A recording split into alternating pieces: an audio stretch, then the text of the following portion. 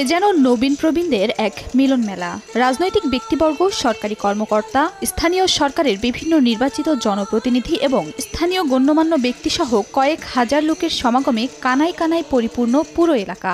বরিশালের উজিরপুর উপজেলার ঐতিহ্যবাহী শোলক ভিক্টোরিয়া মাধ্যমিক বিদ্যালয়ের ১২৫তম বর্ষপূর্তি অনুষ্ঠান উপলক্ষে আয়োজন করা হয়েছে এমন মিলন মেলার।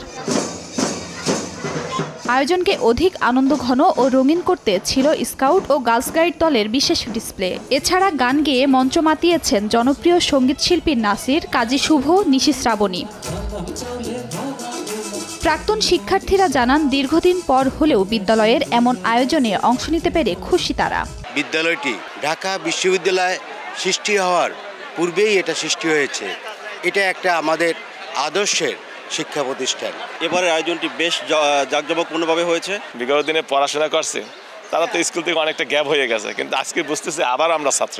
আমার এই স্কুলেই দীর্ঘ 42 বছর চাকরি করেছি, তার ভেতরে 35 বছর এক নাগাদে হেডমাস্টার ছিল।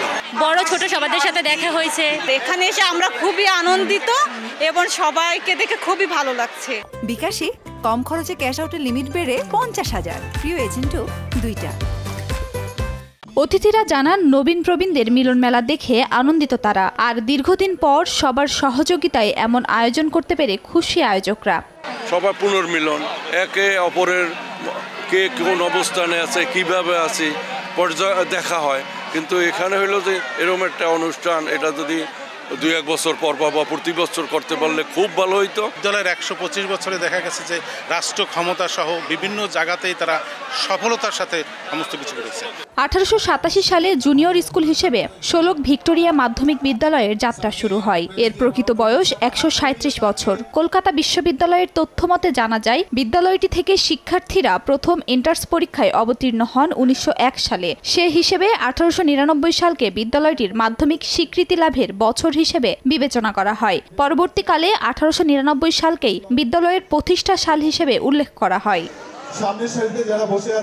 সময় সংবাদ, বরিশাল।